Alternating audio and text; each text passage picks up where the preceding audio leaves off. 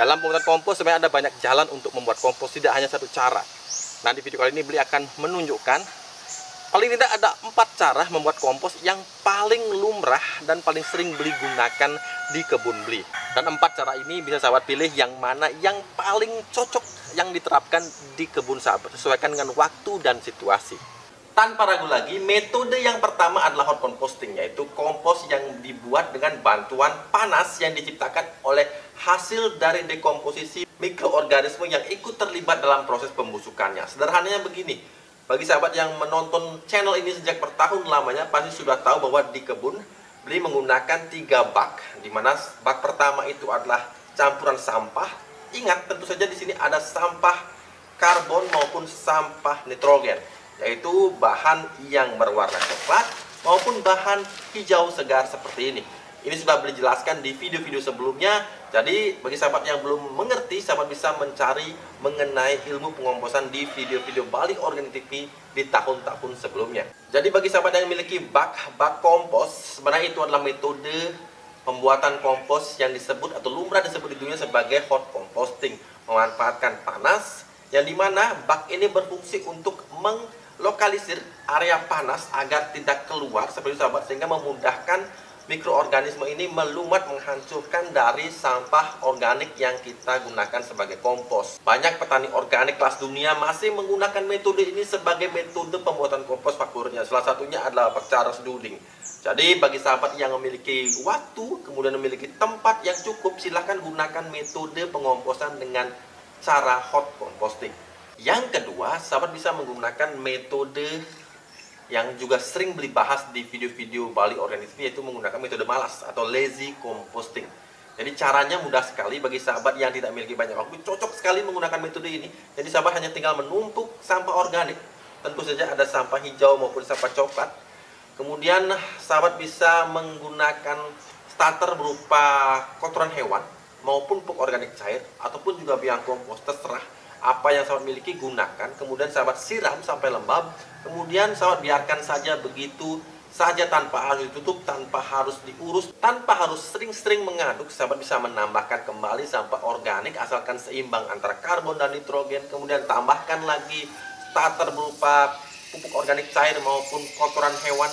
Jadi itu sahabat gunakan ketika memang terkendala masalah waktu. Itu sebabnya kompos ini disebut sebagai kompos malas. Meskipun begitu, kompos malas ini memiliki beberapa kelemahan.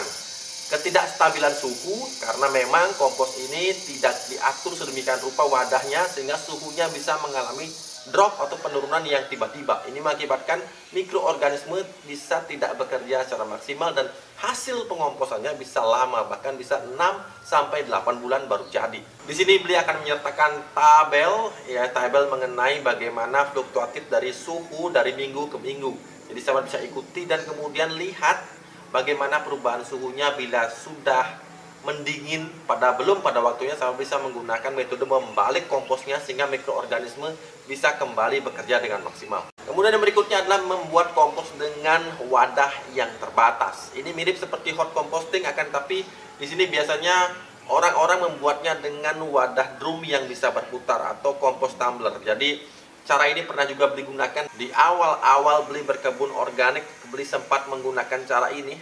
Cara ini cukup cepat sahabat.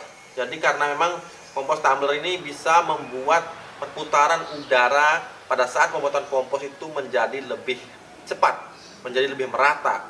Jadi di sini biasanya bisa berputar sahabat seperti itu, tapi kelemahannya tentu saja kita harus menyediakan dana berlebih untuk membeli alatnya. Walaupun itu membuat juga kita harus menggunakan ember yang kita modifikasi. Jadi terserah sahabat, bila sahabat memiliki budget berlebih, silahkan gunakan metode ini karena metode ini cukup cepat dalam membuat kompos. Kemudian yang terakhir adalah Beli menyebut sebagai super lazy composting, jadi super malas. Jadi kalau nomor 2 tadi sudah kompos secara malas, tapi yang keempat ini lebih malas lagi.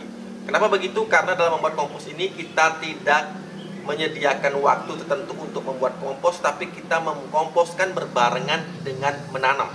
Ini pernah Beli tunjukkan ketika Beli membuat kompos yang langsung ditanam berbarengan dengan pindah semai tanaman kembang kol. Nah, jadi sahabat bisa lihat video beberapa bulan yang lalu dan hasilnya luar biasa. Ikuti cara ini bagi sahabat yang memiliki waktu super terbatas, lahan super terbatas, tonton videonya karena videonya juga tidak lama-lama banget, mungkin sekitar 3 bulan atau 4 bulan yang lalu. Jadi silahkan cari di Branda Channel dengan mengklik gambar logo channel ini, maka sahabat akan dapat melihat kumpulan channel dari tahun 2017 di Bali Organic TV.